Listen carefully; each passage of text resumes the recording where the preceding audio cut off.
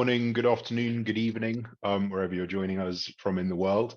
My name is Ben. I'm head of solutions at Zementum. I'm also joined by Scott Riley, the founder of Cloud Nexus, which is a specialist Microsoft 365 consulting partner for MSPs. Scott, do you want to introduce yourself? Yeah, sure thing. So I'm Scott Riley. I think you already gave me a lovely introduction, Ben. It's nice to be here. But Usually do. yeah, I run a consultancy called Cloud Nexus in the north of the UK, the best part of the UK, some people would argue, in glorious sunny Yorkshire. And I have a couple of hats, I suppose. I work with some direct customers, very, very few, talking about what they need from Microsoft 365, but predominantly our business works with Microsoft partners, helping them to implement and run projects around 365, Teams, a little bit of SharePoint, but an awful lot these days around Intune and security. So we're doing a lot of that work for partners and helping them get upskilled or taking that to market in new ways. So yeah, really, really, really interested to be here today. Thank you for joining us, Scott. Now, the topic today was intentionally supposed to be a little bit provocative. There are a lot of vendors in our space that are doing some really, really great stuff. There are loads of security vendors and your backup vendors and, loads of products that are out there theoretically to add value to what Microsoft 365 is already doing. But what we really wanted to explore today was, forget about the really obvious basic bits of 365. Everyone's already using Exchange. Everybody's already using SharePoint. How can you truly adopt Microsoft 365, both within your organization and within your clients' organizations?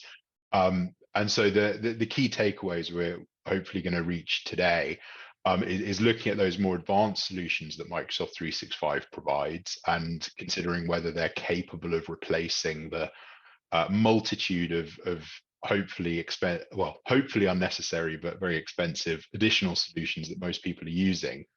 But crucially then, how do we protect our profit margins if we're replacing some of those high margin solutions? If your typical backup might be £3 or £4, whatever that is, $4 or $5 per user per month at an 80% margin, if that's being taken away and you're planning to do it within Microsoft 365, that's backup's a bad example, but if you're taking out those additional solutions, how do you protect your overall profit margins? And so with that, I'm going to hand over to Scott, who's going to take us through his thoughts for the day. Yeah, absolutely. And just, firstly, thank you to everyone who's joined. If you have any questions or comments as we go along, please feel free to think of this as an interactive session. Do pop in the chat. I don't plan to just talk at you for, a period of time. It's always great to get a bit of back and forth because this could be a contentious conversation. I'm very aware. So I think let's get started. Ben, can everybody see my screen okay before I get going? Yes, we can. And I shall moderate the argument battle royale chat. So I think the chat should be open to everyone, or feel free to drop stuff in the Q&A, and we'll answer it as we go along. Yeah, absolutely. No, thanks for that. There's a lot of us in today. So again, I love any questions or comments. Please do get involved. So don't be shy. If you want to ask privately, you can ask privately and we can cover questions that way. But if you're happy to ask openly, there are no silly questions, just silly answers, which you'll probably get from me. So let's get going. So the first thing I wanted to touch on really was kind of, as an MSP, what's in your stack? Because if you've moved away from break fix and you've moved into monthly recurring, then you've probably gone a couple of different ways. There's a big mantra that is around having 3 types of stacks, a good, better, best type offering. And I've rather generously borrowed this slide from the Tech Tribe, which I'm a member of, where they put out some materials here around good, better, best stacks. And the simple idea here is you might have 3 different price points for your client. Anywhere from, well, I guess it depends. If you're over in North America, you've got some very fantastic and favorable rates per user per month, where we're seeing sort of $200, $300, $400 per user. If you're here in the UK, it's rather more stingy getting people to pay those monthly fees. But I do see that we're starting to get some UK providers now getting somewhere up to about $150 per user per month, which is incredible for our area, I do have to say. But you've either gone down this kind of good, better, best, or you've gone down a one size fits all, and you've just said, look, this is our offering, this is our stack of products and services. Take it or leave it. We're very, very happy with what we offer. We're very confident in the tools that we have available. And so that is what you get. And it's, you know, $100 a month, $200 a month, whatever it is, take it or leave it. We really don't mind. And it's being bold enough to be able to say, hey, if you don't want to take our stack, we're quite happy to walk away and we'll help and find another customer. Now, the thing that I think is interesting here is, you know, with good, better, best, your minimum product has to have all of those security features in it. So it cannot leave you as the MSP holding the bag for the customer's security. And I know, you know, hand on heart, you know, deep down, we all just want to be really helpful, friendly, you know, techie support people. And a lot of the businesses that we have in MSP land were born from technical people who just, you know, want to help. And so I know, you know, with our first couple of clients, we would say yes too many times. We would say yes to too many things, and we would put things in just to be helpful and friendly. Now, I've been in, I guess we didn't always call it MSP, but I've been in this space for about 24 years now, as I recently added up, which is horrendous. It made me feel really old when I realized that our sort of head of digital marketing is younger than that. But I've been in this space for a long time. And I've certainly been in this space long enough that I've been told off when we've done specials for customers, and we've put in one-off extra products. Yeah, oh, do you know what? It'll be easy. We'll just say yes, because we'll probably sell this to someone else. And 3 years down the line, we're still looking after that customer and that one product that we sold to one person. And they used to get referred to as Scott Specials. And so it became 5 years down the line when I was getting told off because we still had Scott Specials that were lurking around.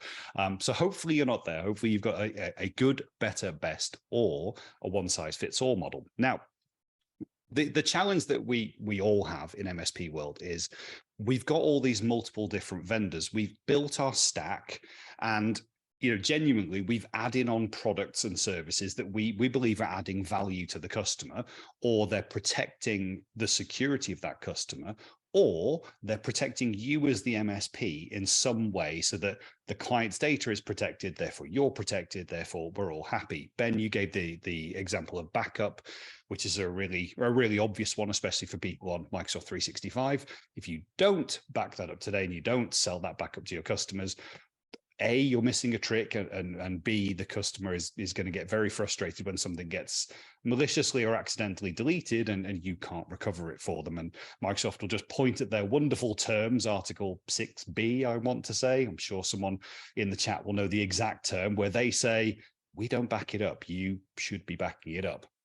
But we've built our stack. Backup was absolutely the wrong example to use there, because I think of all the solutions that you could probably replace natively inside 365, backup is categorically not one of them. Not one of them. No, absolutely. It's the one thing. Well, I'm going to say it's the one thing. We'll get to the end, but it's one of the things that it doesn't do very well.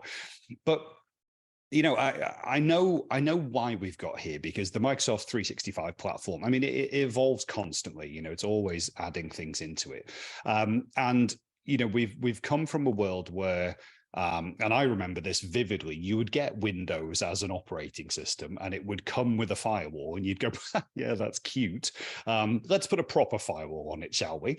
And then it would have a VPN. You're like, yeah, sure. Okay, but let's use a proper VPN. And the same was true for, you know, antivirus software, disk encryption software, remote access tools, all those kind of things. We would just keep bolting on because we knew that the Microsoft stuff wasn't very good. And we've certainly had that same approach when it's come into, you know, MSP world and Microsoft 365, because let's be honest, it started off doing Office and Office apps online and Exchange Online and SharePoint and file systems. And it's kind of grown arms and legs in recent years, where we've got all the Intune management working really well. We've got security policies. But still, as an MSP, we've gone and added all these third-party products on. And the challenge I think that brings is, not only the multiple vendors to manage, the multiple technologies that your technicians need to look after. And I know how hard it is to look after first-line techs and keep them engaged and keep them interested. And very much it's a role where people cut their teeth, they'll do the first line job, and then maybe they'll escalate to second line if there's a space in the MSP for them. But oftentimes they can take a role, just up the road with another MSP for another 5 or 10K. And it's this revolving door of first line engineers sometimes. It can be quite a challenge to keep them there. And then not only that, we then have all of our customers, and I was speaking to an MSP just recently who had 300 tenants to manage, and all of the starters and all of the leavers and all of those. And every time they have a starter and leaver, they've got their standard operating procedure, which is really good. They've got it all documented. But here are all the different products and services that we have to add, and here are all the ones that we have to cancel whenever there's a starter or a leaver. And so the question comes around, like, how much of that can we consolidate down without compromising on the security or the performance or any of those kind of things that we want for the customer, certainly without sacrificing margin as an MSP, because what we all want as MSPs is a lovely good chunk of margin for not doing very much work. Let's keep it really simple. If we can automate things, if we can standardize things, if we can keep things really simple and then be there when our customers need us, that's the most important thing that we can do. And we want to take away all the noise that distracts from that. So I think we have the challenge, and I'm on a call with MSPs. I don't need to tell you what the challenge is here, but for me, the opportunity, and this is where we'll get into some of the meat of this now, is that if we could increase the margin per user by actually consolidating down onto the 365 tools, like the Intunes, the Defenders, all of those kind of things, we could stop paying for third-party software licensing. We could reduce the volume of tickets coming in because we're using less products and we've got more standardization. And actually, there's less to go wrong. Okay, that's one thought process. Then we would get less tickets and less stuff to do in those tickets. And it makes it easier in two ways for a new starter process, because one, if you've got a new tech, actually it's quite straightforward to get these tools pushed out because we're inside one portal and one vendor. I say one portal. I use the Microsoft tools. I've seen them. It's not really one portal, but we'll stick with the concept. You all know what I mean. But it's one vendor, one place to go, one username typically to get those applications set up. But that's the same for the end users inside your clients as well. So if we've set up Intune and Autopilot and all those great things, actually they can adopt all of these licenses really quickly and have all these features enabled without us having to do too much heavy lifting. So let's just dig in some meat. And I am looking at the chat. Am I including Lighthouse in 365 as an M365 tool? That is a brilliant question. Now, I like Lighthouse. I like the concept of Lighthouse, and I wish it was better than it is, because Lighthouse to me was one of those tools that promised to be an MSP focused tool. And it was this place where MSPs could go, partners could go, and we could see all of our customers at a glance. And we can kind of look at their compliance and their status and maybe do some management. But to be honest, we are, I must say, about 2 years down the process now, maybe even 3 years, and it still lacks teeth. Okay, it's still got the capability, that should be there, but it just isn't doing what it should be doing. Like, where's our standard baseline policies? Where are we pushing those out? How are we, comparing existing deployments against those baselines, and then actually managing actively how to do those? Now, when it gets there, and I believe that it will, but it's taking a long time to get there, it will be a very powerful tool. But right now, I still feel like, and this is actually something from my last slide. It's a great question, actually. This is something where I still feel we need a third-party tool to help out. Paul, you've asked around Microsoft Syntex, which is a fantastic question. I don't know in what context, though, because if you can give me some more context around that, that'd be really helpful. I'll be happy to jump in. And let me just have a look. How do you fold those features into your pricing model? Syntex Lighthouse. Syntex is for search. Okay, so the pricing model. This is really interesting, actually. So let me just move on a slide, because I do want to talk pricing. So let me just move on a slide, because I do want to talk pricing. And I think it's actually really relevant. So also, I think possibly the syntax piece is a little bit of a distraction here, because most MSPs aren't going to have that as part of their kind of the stack they're delivering to clients at this point. Maybe in a little bit down the road, but it's not really sort of part of that MSP stack as such.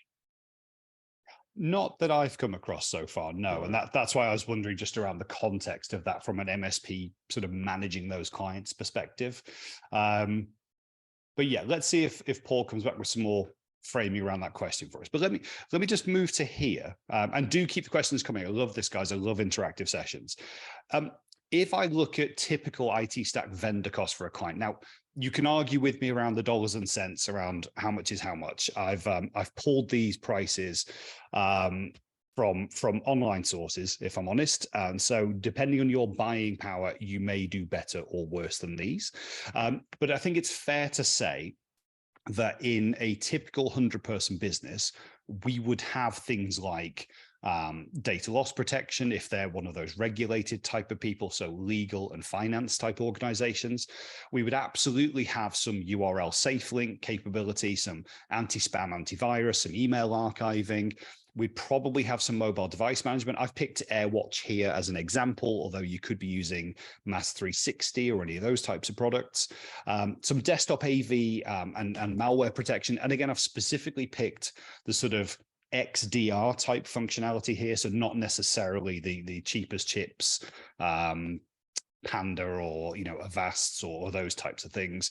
An alternative multi-factor authentication platform, so Cisco Duo, which is still really popular and being integrated into 365, and then a business standard license. And all told, that comes down to about $33.49. I've used dollars because I just thought it would be easier for an international audience. Usually I deal in pounds and pence, which is why you can see that I've actually left a pound sign over there on the right-hand side of this slide, which is horrendously in the wrong place.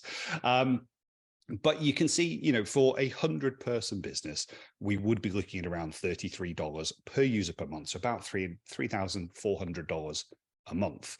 Now, I've got two interesting perspectives on this. One is that's a lot of third-party costs, okay, just in terms of licensing. And I guess it depends how you've added up your stack to sell this through to the client. If you said, as many people do, hey, it's $100 a user plus your Microsoft licensing on top, because actually the Microsoft licensing tends to vary. Sometimes it's business standard, sometimes it's business premium, sometimes it's just an Exchange mailbox. Okay, but actually the support and the wrap and all the products and services that make that go tend to be bundled into the stack price. So you'd be looking at $100. That includes all of your MSP time and effort and management, all of your ticket system costs, all of your IT glue costs or Hoodoo costs, all of those types of things kind of, offset by having that $100 per user. And then you'll charge for the business standard or the business premium license on top. So when I think about, if I could cut these third-party costs out in terms of licensing, that's direct cost from you that you're no longer having to spend, that you could free up inside that margin of that $100. Now, if you're doing a different pricing model, again, in as much commercial confidence as you like, feel free to pop into the chat how you do things. But typically, this is what I see people doing. It's a fixed fee, all of the kind of bundle licenses, and then the Microsoft license kind of added on top. What I'm not seeing is a lot of MSPs going out and going, well, here are all the individual line items, and here are the line item prices that I'm charging you. So they don't detail it out like this. It's just a stack, right? And so in that way, because it's a stack, if we can go ahead and reduce the cost or remove the need for these third-party licenses, then that is more margin opened up for you. And it's another thing as well, because there is the cost saving of the licenses. That's absolutely true. But there's also the cost saving in the time and effort and tickets and management and noise that you get by managing, let's have a look, 1, 2, 3, 4, 5, 6 different vendors for every single client that you have. Okay, so you're not going off into 6 different portals. If there's an incident or if there's a starter or a lever, your techs aren't having to bounce around in between different systems. And Not all of these have great MSP platforms available to them either. And so actually what you're doing is you're going into a specific customer instance of each one of these tools in order to go and make that change. So again, that's a lot of time that's taken up on Service Center just from handling simple ads moves and changes. And if we can consolidate down, then actually we can get savings in two different ways. So if I look at this, now you should hopefully all know this, okay? On the left-hand side is that same stack of products. On the right-hand side is the Microsoft 365 Business Premium Edition, okay? That includes all of those features. And you should be able to see for each of those things that we want to do, we can now use Business Premium to do that. And I'm sorry, this isn't supposed to be a Business Premium sales pitch. That's absolutely not the intention. But we've got to somehow justify to the client that we are stepping up from $12.50 to $22. Now, that is something that we do have to tackle and have the conversation about. We're talking about a saving that you're having in terms of cost to you. So $22 as a retail price for Business Premium, your cost should be around $17 to $18, I would suspect. So we're talking about a cost to you of $18 instead of a cost to you of $33. So that is a significant saving. But having said that, we're charging the customer 100. Yes, Paul, Rick, sorry, yeah, we've definitely got to get back up in there. We're talking about you're selling at $100 per user potentially and charging the Microsoft license on top. So if we're going to stick at $100 a user and suddenly bump the price up by this extra $10 to get the Business Premium in there, we're going to have to think about how to have that conversation. Either we're going to go out to our clients as part of our annual price rises, because I'm going to assume that you're all doing annual price rises, right? I know that you're not. I know that you're not. I would love it if you all are. But I know that we're the same, okay? This isn't meant to be judgy at all, but I saw some fantastic stats recently of the cost that's happening across and the increase in cost that's going across all markets, you know, in sales and marketing and legal and finance and even electricians and all those kind of things. And the MSP was the only one that's in decline. We're still kind of minus 11% in terms of putting any prices up. So we're about 3 or 4 years out of date.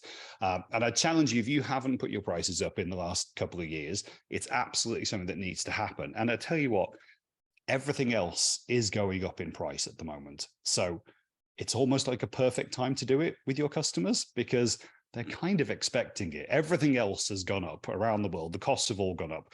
But those MSP costs, we always feel, again, it's that hand on heart techie, really want to help, really want to be friendly. Oh, I don't want to charge any more. But let's be honest, your costs are going up. And so, you know, there is an opportunity here to talk about putting the price up with the client as well.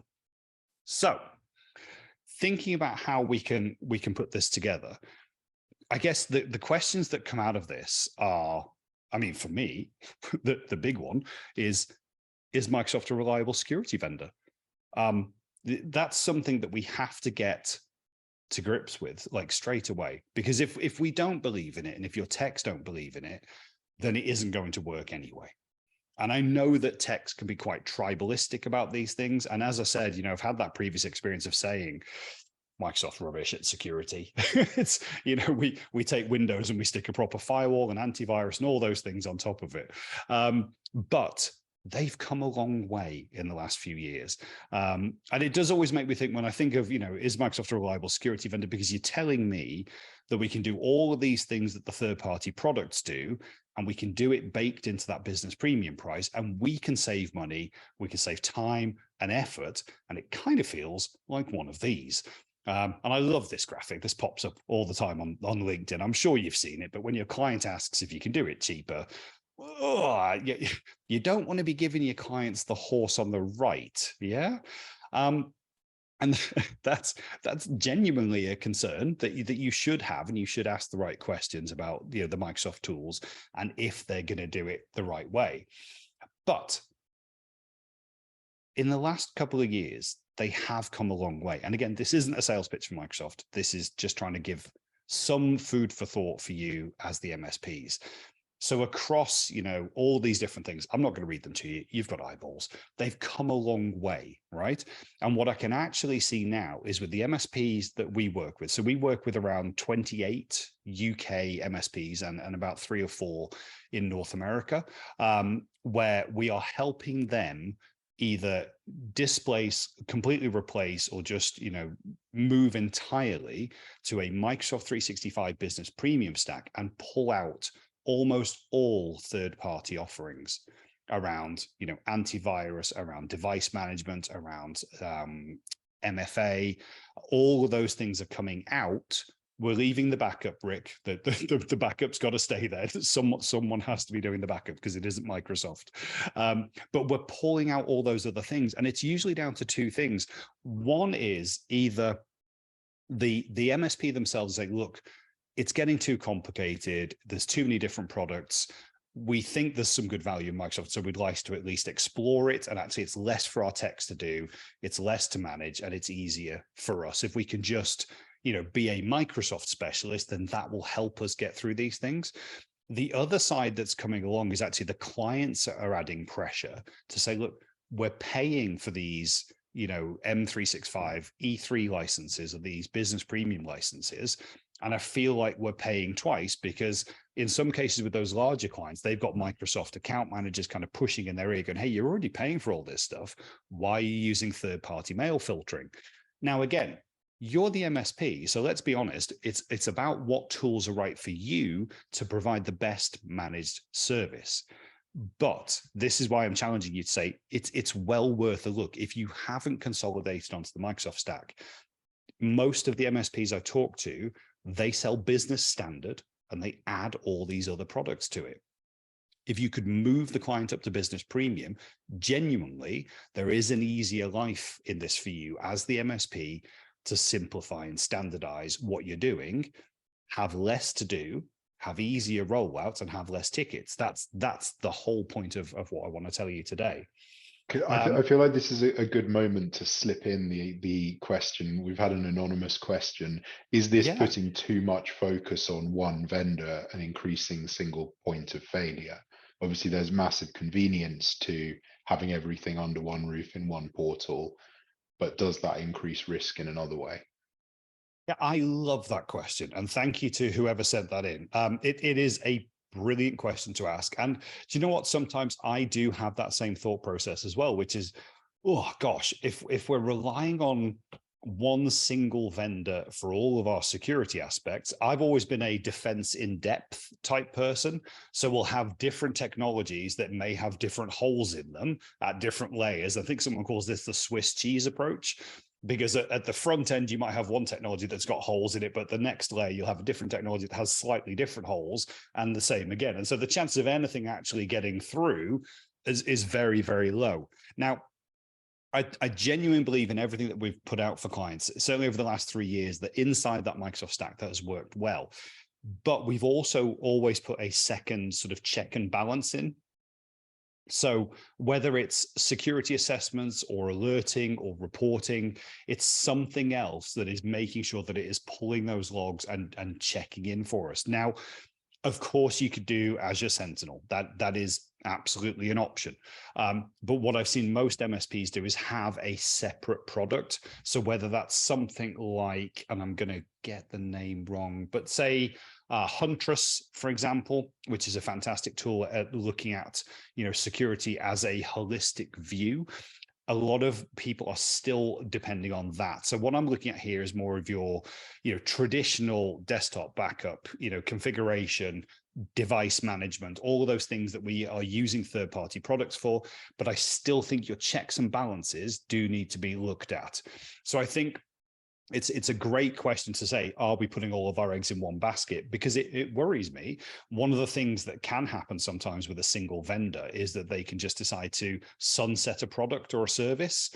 And that can happen quite quickly. I remember, again, we still have the conversation with MSPs around Small Business Server 2011 and the day that some Small Business Server 2014 wasn't coming, and it's been replaced by BPOS, which obviously became 365. And there were MSPs who said, our entire business is built on Small Business Server. You can't just not do this anymore. And well, no, they absolutely can. So I take your point. I think, at this stage, it's very much on an upwards growth curve for Microsoft.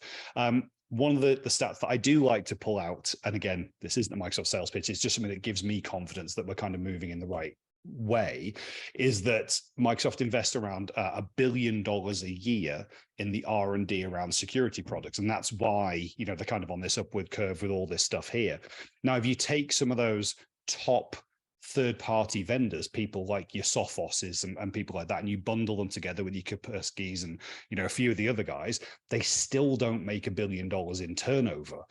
Whereas we've got Microsoft kind of shoveling $1 billion just into the R&D on security. Now, I know money isn't everything, but it kind of just tells me we've got a big enough kind of backing and support and direction that's going into this, that gives me the confidence, and certainly the clients and partners that we've worked with has given them the confidence to say, well, we're going to pull back on a lot of these third-party tools, consolidate, and it's going to make life easier for us.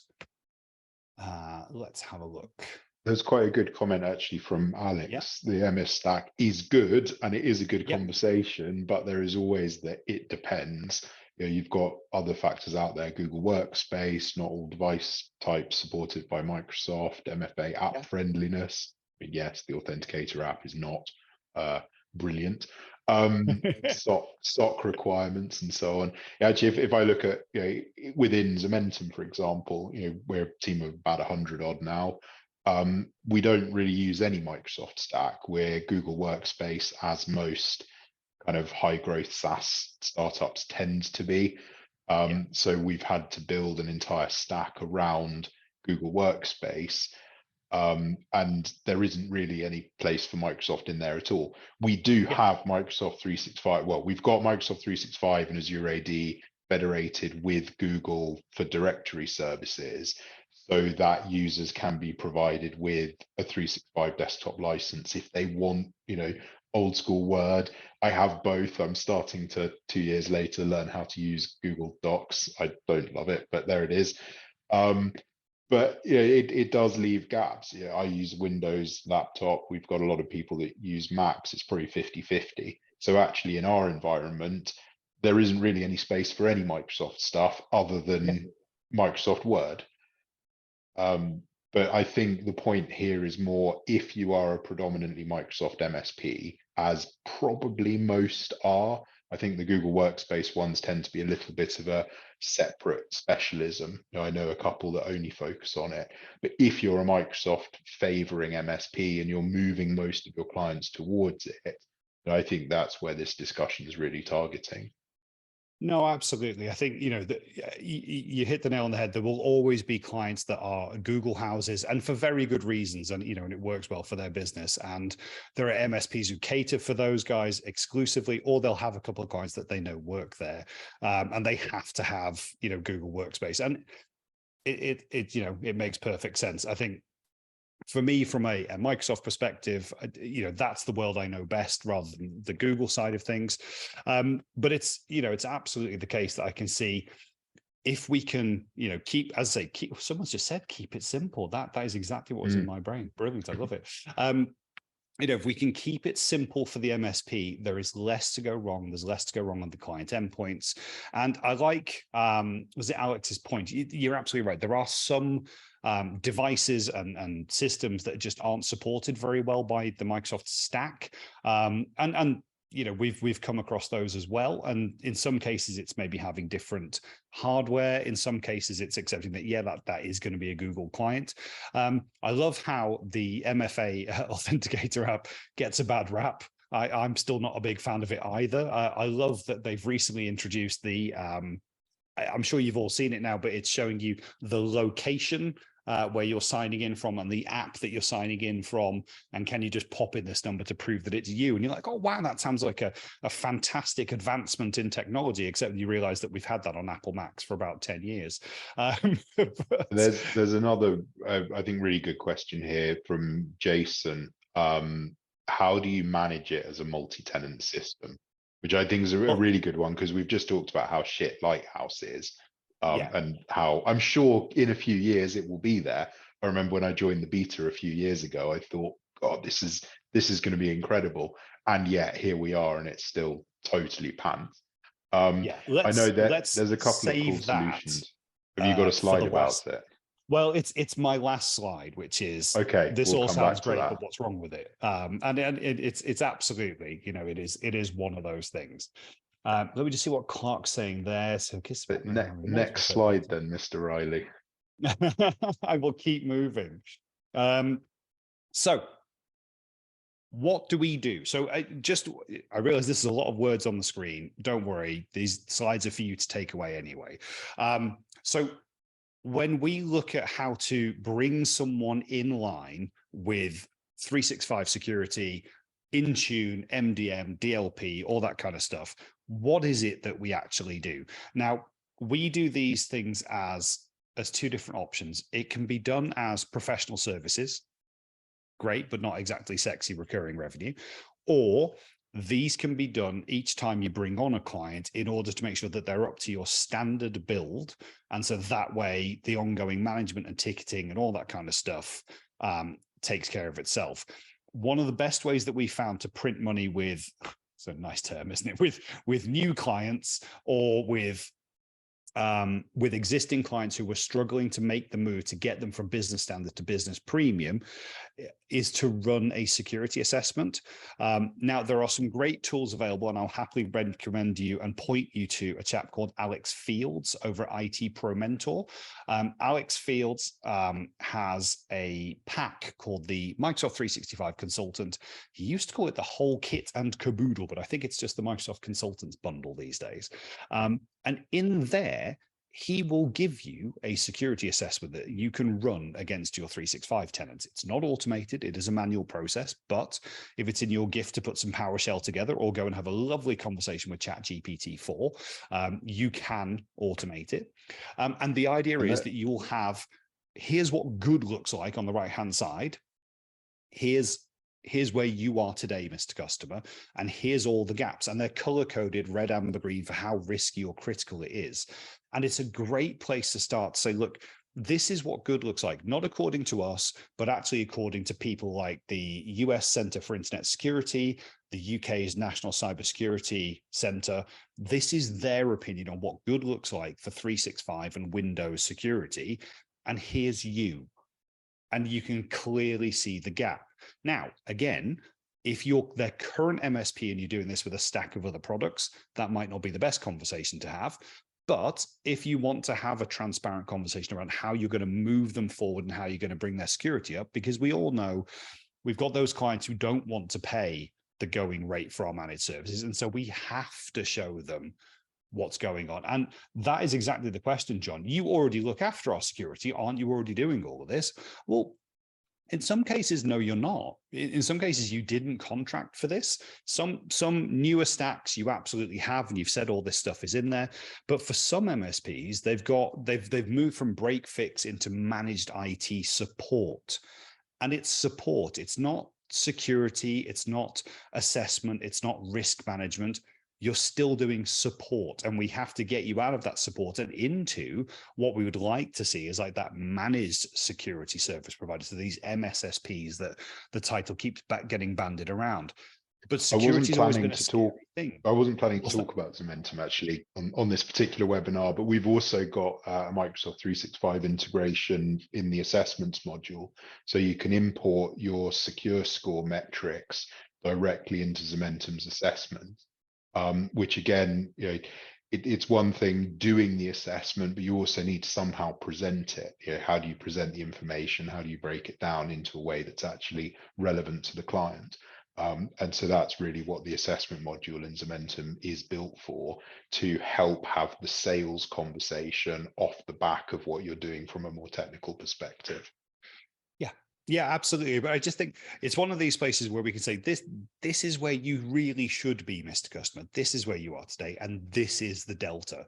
Let's talk about how we get you there. And so, you would then go on to do the tenant security improvement. So again, this is something that I've got down as a professional services activity, but just to give you some of the idea of the things that we, turn on for partners, for their customers. It's all this stuff here that we're taking away from third-party products. So, we've got the MFA. That isn't any good without proper conditional access policies. So if you're familiar with conditional access policies, great.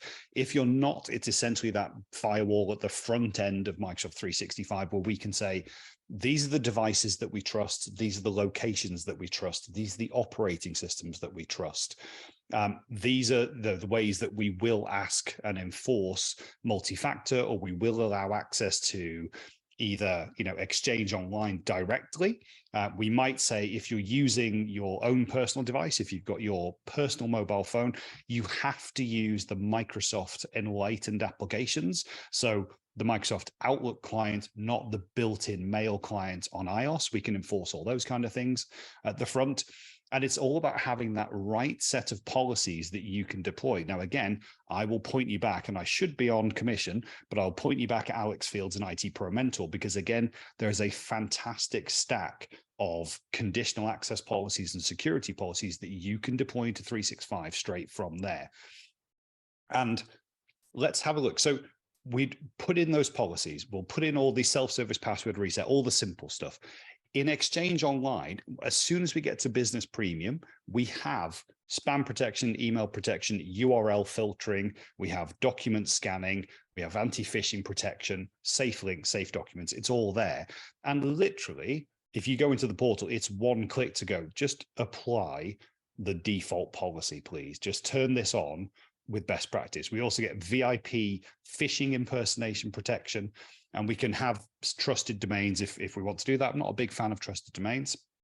We would then go through your internal and external sharing policies, because once again, as soon as you open the control panel in Microsoft, it will say, hey, here's the weakest set of policies that we can possibly apply. So everyone can share everything and people can invite other people into the tenant. All kinds of crazy buttons in there that need to be brought down, just a couple of sliders. And it's literally sliders, and they're both set to the most permissive. For me, again, in simple terms, in OneDrive, you shouldn't be sharing externally at all, because OneDrive is me and my files. SharePoint, yes, let's be sharing with typical organizations that we trust.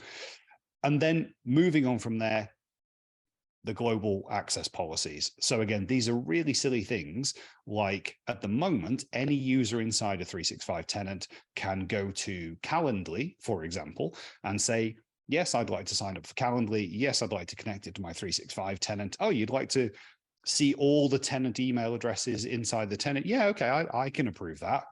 And they currently can, which is absolutely crackers. And it's a toggle switch to go, no, that should be an administrator, or it should be, the MSP that's doing that.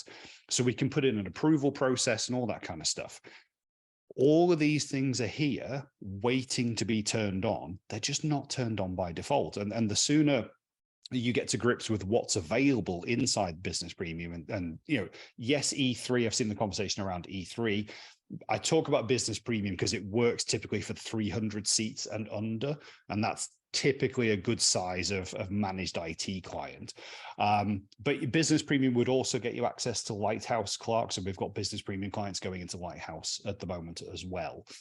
Okay, I will keep trucking on. Ben, how are we doing for questions? Nothing new. Oh, I think Jason's asking what's the company's name again. I think he's probably referring to MSP Pro Mentor. Yes, so IT Pro Mentor, and I think he's itpromentor.com, but it's Alex Fields, IT Pro Mentor. Bang that into Google, your favorite search engine, you will definitely find him. And you're looking for the M365 Consultants Bundle, should be about $250. best $250 you'll ever spend. He consistently maintains it. So we had an update again Q1 this year. We've had it for 2 years. And it's the basis of a lot of the security work that we do around 365. Absolutely fantastic resource.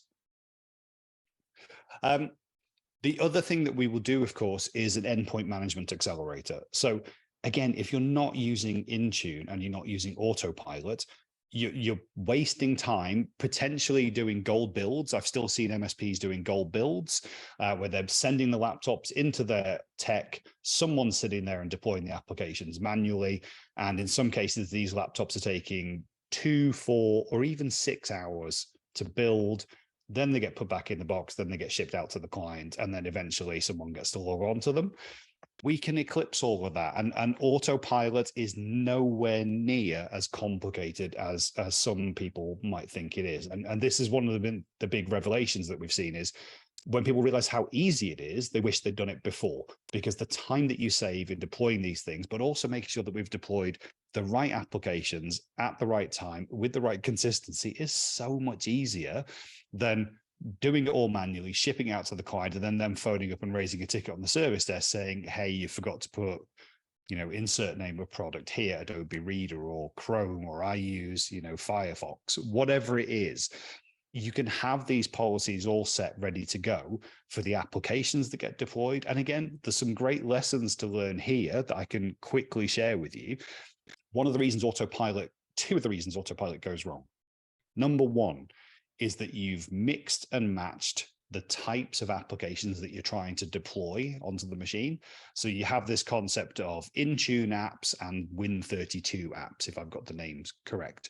And you should never mix and match. Just pick one or the other and package the applications that way, and you will have a very seamless Autopilot deployment. Two is that you've tried to deploy all of the applications before the user gets to log on to the machine, and it's failed. And when it fails at that stage, usually because you've mixed and matched apps, but when it fails, it has a default timeout of 4 hours. Then it'll time out, and then it'll start the whole process again from scratch. And then it'll probably crap out again and take another 4 hours. It's horrendous. The trick is to go, let's just stick Office on there. Let's stick the RMM on there and get it to the boot screen. Get the user to log on, because now everything else will install in the background. And if there's a problem, at least we've got remote access. At least it's connected to our RMM. We can do things with it. But here is where we put in some of those MAM policies when I was talking about, using the built-in mail app on iPhones and iOS devices, and saying, no, you absolutely have to use Outlook. Because then when you use Outlook, we can force a PIN, we can force encryption, we can make sure that it doesn't back up to the phone's backup locations, whether it's iCloud or whether it's Google Drive, I guess. We can force the encryption. We can say whether you can or can't copy and paste in between different applications. So you can only copy and paste in between this and other Office applications.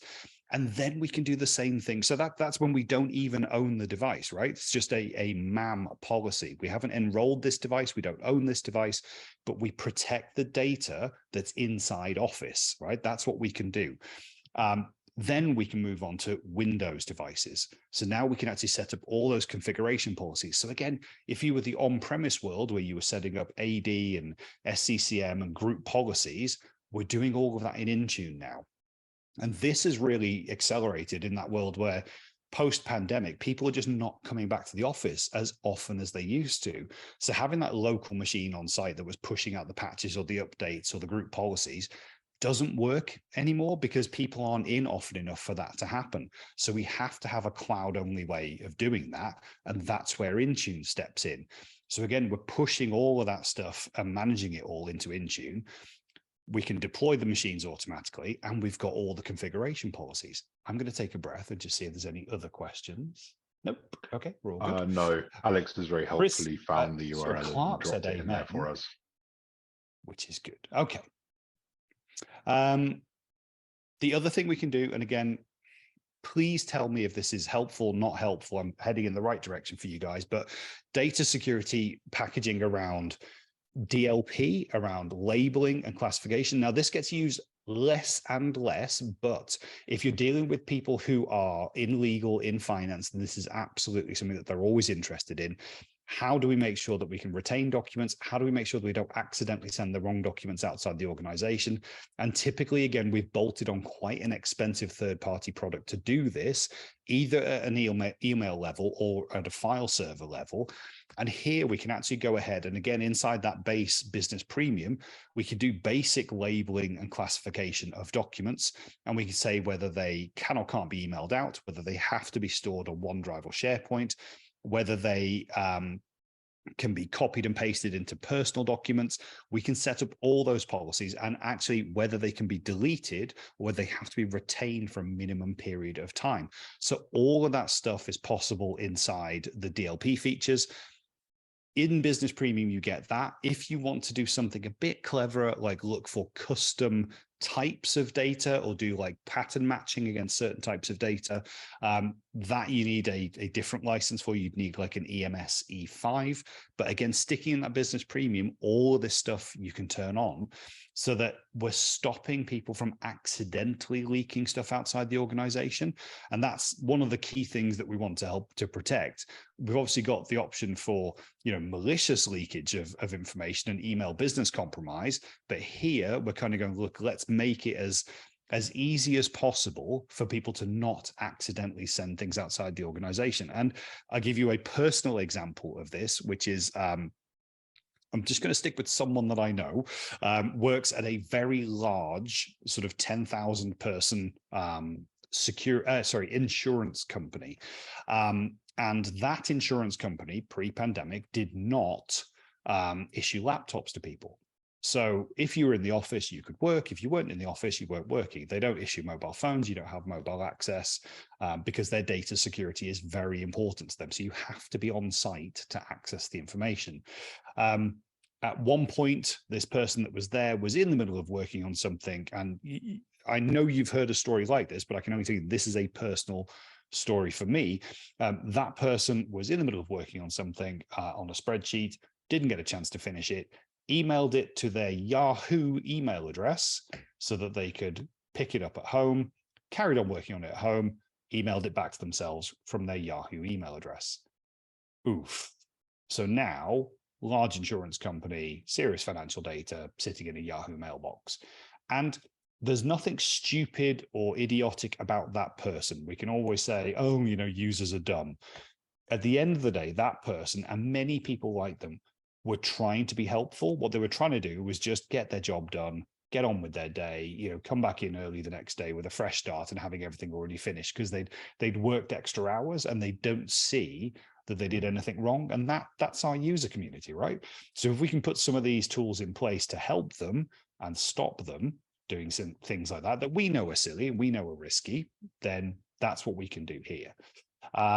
Clark is saying compliance, we use MS Purview. So yeah, MS Purview, kind of a new name that they've bundled in for all of these things. Not a huge fan of Purview as a name, but it is Microsoft's gift, I think, every July just to rename everything. I think today we're back to Intune, but we did go from Intune to Endpoint Manager back to Intune. Everything seems to be Microsoft Defender, so whether it's Defender for Cloud, Defender for Office apps, Defender for 365, or Defender for Windows, or Defender for Azure, or Defender for Linux servers. Everything's a Defender. So we do get a lot of renaming. But yet Purview, I think, is fantastic. The new security center. He's asking, have you noticed a delay on DLP notifications from Microsoft? We see alerts, the data has been copied off, but it's usually a day later. Yes, and I think it can be down to your alerting policy as well. But yes, we do see some delays sometimes in actually getting that copied out. One of the hardest parts is whether that device is a cloud managed device or whether it's a hybrid joined device, or whether it's just something that's doing something in a browser. Generally in a browser, it's faster and the alert picks up quicker. If it's a hybrid joined device, we do see some delays, and I think that can sometimes be to do with the Active Directory syncing schedule and when that's happened. but I think that's possibly it. Again, more than happy to take that to one of my techie guys who will know it far better than I am. But yes, those delays can happen. And I think it's all about whether we've got the device join types. Cloud only would be faster, is what I believe. Purview was quite expensive for SMB, so I'll have to revisit. Yeah, so Purview is kind of that overarching title now for the kind of information security. So different things now fall into Purview. But again, if you're thinking SMB, Alex, then 365 Business Premium is absolutely the license, because you get such a good stack of all the other security components in there. You don't get everything, but it's far more valuable to most businesses than sticking them on an enterprise E3. Don't confuse that with an M365 E3, but an enterprise E3. It's far more valuable. And you still get the rights to use in remote desktops. You get the right to reuse in Azure virtual desktops as well. A really useful tool, if you guys are not familiar, is a website called m365maps.com. Head there. It's run by a chap called Aaron Dinage. Aaron works at Microsoft. This is not his job, but he recognizes that it's almost impossible to figure out which features are in which licenses. So go ahead to m365maps.com. You can have a visual representation of what's in every license, or you can go ahead and just tick a checkbox that says, hey, compare the feature matrix of these sets of licenses, and it will show you everything you need to know. Scott, so, we are rapidly running out of time. Yeah, no worries. Okay, Jason has quite reasonably Sentinel, repeated his thoughts. Question. Yeah, on the multi-tenant management. Yeah, so I don't know. Can you hear me? Yeah, I've got you. Oh, you just kept talking over. I wasn't sure if you could hear me. No. Yeah. So if we can just address specifically Jason's multi-tenant system question. Yeah, absolutely. Yeah. So my final thoughts were reduce volume tickets, speed up new machine deployments on site, reduce complexity, increase margin. Downsides are absolutely the multi-tenant management. So it is not there. Okay, it's not there with Microsoft. It's not there with Lighthouse. There are some third-party products and some very promising third-party products coming along, but they are not there today. So what that means is you need to either have a standard operating procedure, okay? How to build those deployments out, how exactly you build each tenant out, and make sure that it's done the same way every time. When you then make a change to your baseline, you then need to make sure you're going and pushing that out to each of your clients. I know that is a faff. Trust me, I know. And there are tools that are out there that are coming along, but they're not ready yet. Yes, Alex, M365 DSC is a fantastic tool. So M365 DSC, you'll find it on GitHub, is if you are PowerShell minded, it's a great way to manage tenant configurations. You essentially can extract tenant configurations as code. You can do diffs and compare them, and you can move them back in. For those of you who are MSP world who have PowerShell and scripting capabilities, or are good friends with ChatGPT-4, then you can go ahead and automate an awful lot of this activity. And M365 DSC is a great leaping off point. Thanks so much. There's also a really interesting product I came across recently, Enforcer with an I, INFORCER, which is by a team in the UK that they're building, releasing at the moment, which is focused on sort of automated Microsoft multi-tenant policy creation, management, and monitoring. I can't actually think of anything else cloud-based in the space that does what they're tackling, and I think it could be a silver bullet to the whole sort of Intune multi-tenant management, well, not just Intune, but the whole of Microsoft 365 multi-tenant management. Yeah, so your current options, John has mentioned CIPP, which is a community-led thing run by Kelvin Trebegalar. I'm going to butcher his name. Does it exist as a cloud service though, or it's more of a? No, it does. You can rent your own version of it, so you can set it up in your own Azure instance as an MSP, or you can rent a cloud version of it. It's free, which is a great start. It can be hit and miss. It depends on your ability to put time into it, I think, is the honest answer, but it is a great start. You have people like Simian Cloud, you have Octiga, you have MSP Magic. Each of those have their own approach to how they're trying to make it easier for MSPs to push out policies. Nerdio have released Nerdio Endpoint Manager this month, I believe, which is around $3 per endpoint. So it might be cost prohibitive for a lot of MSPs, but that's letting you push out standardized policies in a kind of one-way push mechanism. There isn't really an awful lot of pull. You can import, but mostly you push out a policy. So there's definitely that. Are those policies applied on 365, or do you need an agent are specifically on the machine? No, they're pushed out on. So all of this is around 365 management.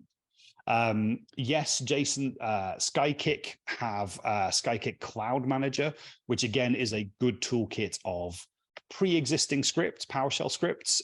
You could customize your own scripts, you can add your own scripts, and you can push those out. I think, you hit on it, Ben, with Enforcer is probably the one that I've got the most faith in when it's ready. Because the big difference with all of these tools is they are pushing out policies, and some of them are pushing out policies willy-nilly and just overwriting the existing policies for clients. Some of them you can only have one policy when you're pushing it out. And so they auto remediate back to that one policy. And we all know clients have different needs. And what I see with the Enforcer toolkit is actually that they're looking at it going, well, let's track changes.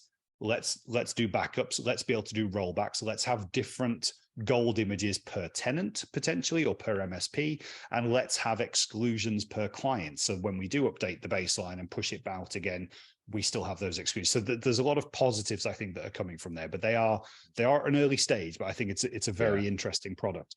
But yeah, that is my main downside, is multi-tenant management. And backup, of course. We said backup right at the top, didn't we, Ben? Those are the two things that it's not doing really well. For everything else, though, security policies, device management, mobile management, email filtering, all of those things that we're currently using third-party tools for, we can do that inside Business Premium. We can do it really well, and we can make life easier for ourselves as MSPs. That is my final thought.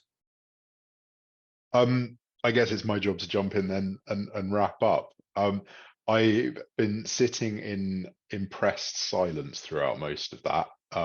It really, really, really useful content. I think have we got a contact details slide? If anyone wants to reach out to you, I think next. There we go. Yeah. So we haven't really talked about Zementum, but obviously we do have Microsoft 365 sort of secure score assessment. If you want to have a look at Zementum, zementum.com/demo. If you want to reach out to myself or Scott directly, our email addresses are below. Thank you very much for attending. I'm actually stunned here because we've had a 100% hold on to the audience. Normally there's like maybe 10 or 20% drop off as you go through the hour, but here we've started and ended with exactly the same number of people. So very impressed. Excellent topic. Thank you so much for giving us your time. No, thanks so much to everyone who's listened. And if I can help at all, or just want some more opinions or to back things back and forth, drop me an email, catch me on LinkedIn. I'm always happy to chat about this stuff, but it's been lovely to chat with you all. And thanks so much for paying attention. Massive thank you to everyone. Have a good Easter weekend. Bye, guys.